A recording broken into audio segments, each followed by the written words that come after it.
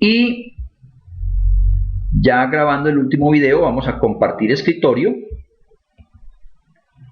En el compartir escritorio lo que estamos haciendo es que ustedes puedan ver cómo estoy maniobrando el software. Aquí lo tenemos. Ya ustedes me confirmarán. Voy a borrar lo que tengo ahí. Y efectivamente aquí tengo, o espero que ustedes estén viendo en pantalla, el Epidat 4.0. ¿Me confirman con unos? ¿Lo están viendo? Parece que sí. Están viendo todos el Epidat. Perfecto. A ver los demás. Silvana veo que tiene dificultades tal vez. ¿Quién más me apoya para que sí se lo están viendo? Entonces todos los demás lo ven. Ah, bueno, ahora sí lo está viendo. Estaba lento para llegar. Perfecto.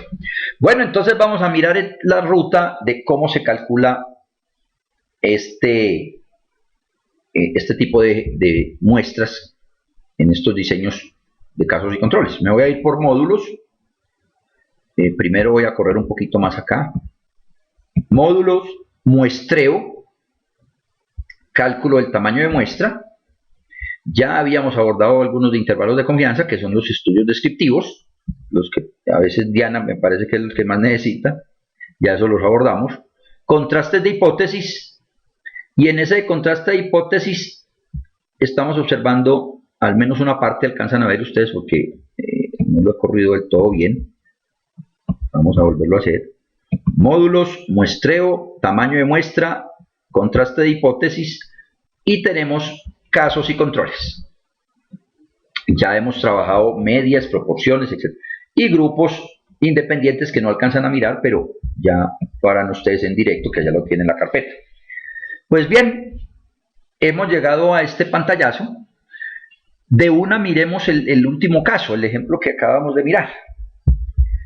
En ese ejemplo nos dice, proporción de controles expuestos es del 40%. De fumadores.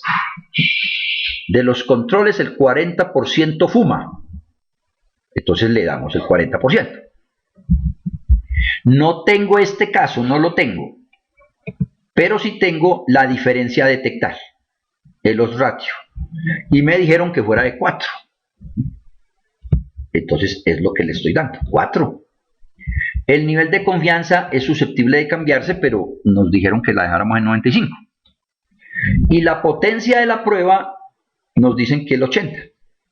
Pues modo ejemplo y aprovechando las potencialidades de los software, etcétera, vamos a ir que también voy a hacer un pequeño cambio. Vamos a decir, a pedir desde el 75, no me parece tan mala tampoco, hasta el 90 y que se mueva de 5 en 5.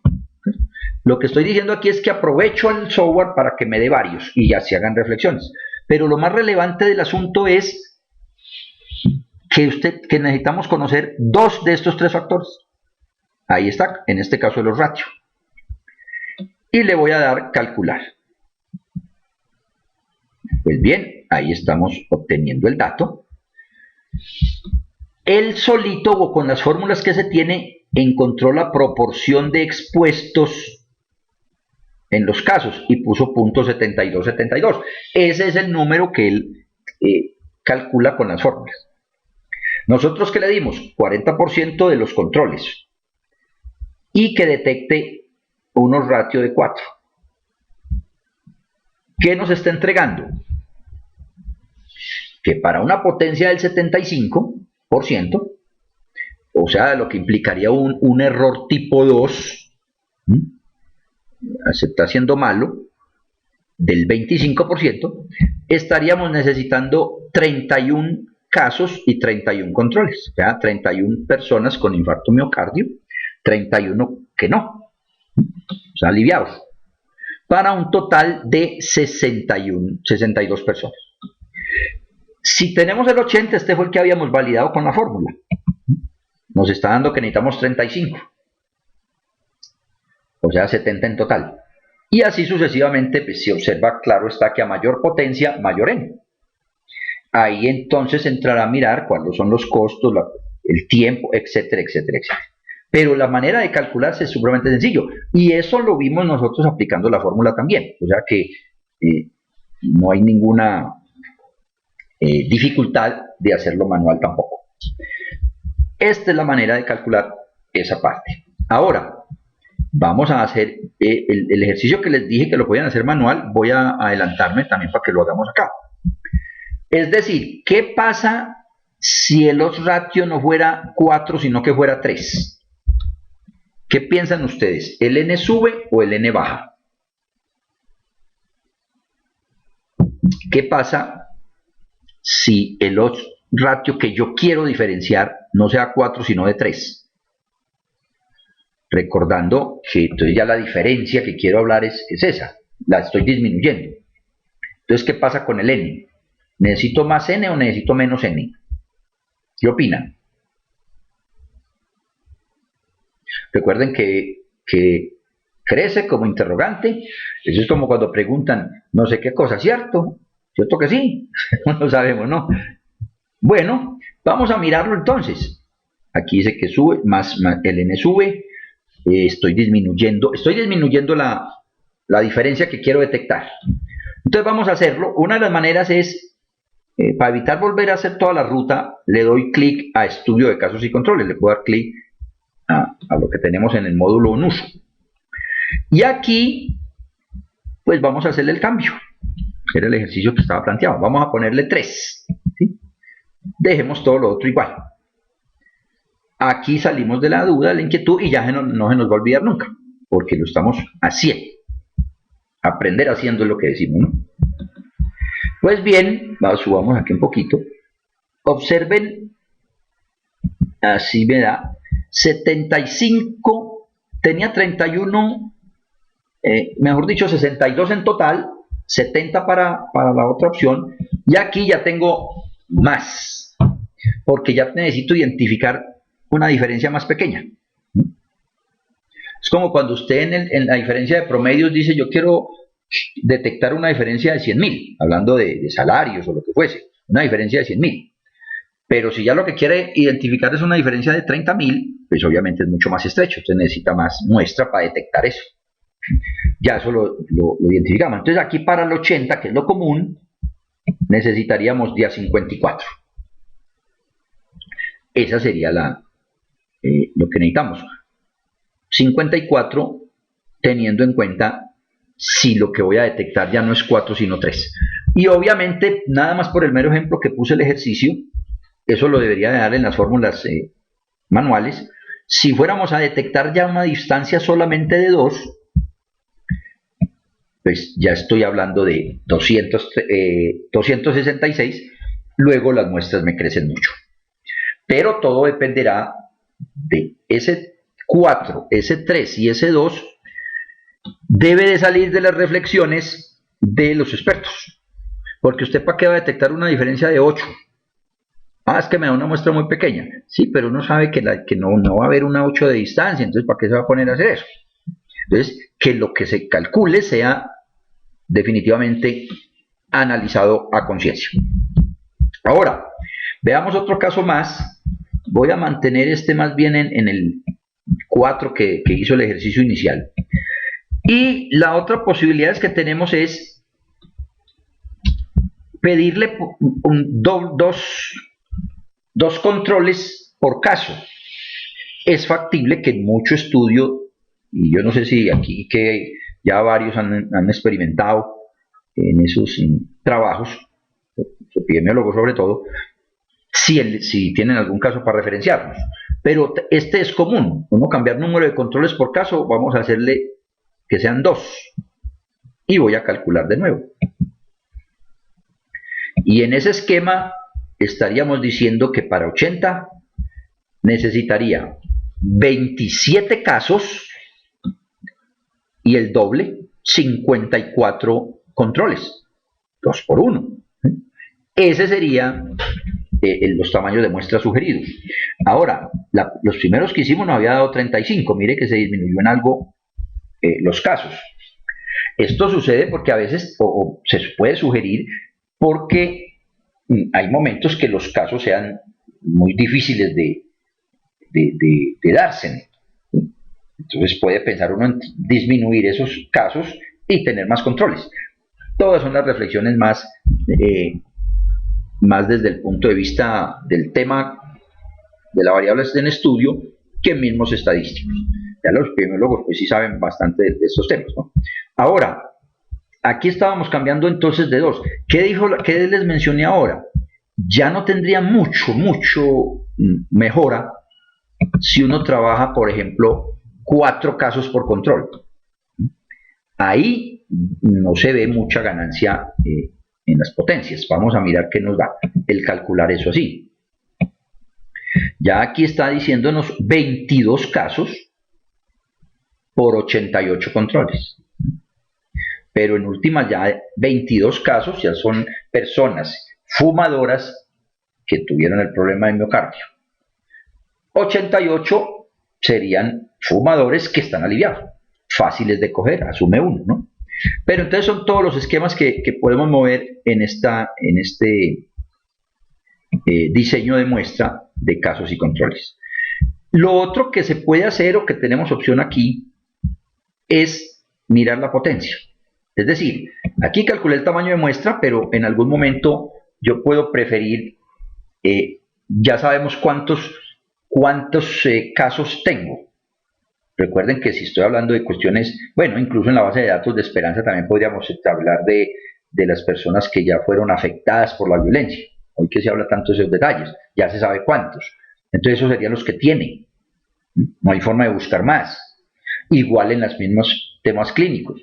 Entonces yo ya puedo pensar, es más bien, hombre, yo quiero un tamaño, este tamaño de muestra que se coloca acá es el total. El total. Primero voy a volver aquí a la unidad más bien, que nos quede uno acá. Y voy a chulear, mire que cambié ya no tamaño sino potencia. Voy a decir que yo quiero una muestra, pongámosle bueno, para que no nos confunda el 80, tengo platica hasta para tener 100 y un máximo de 140.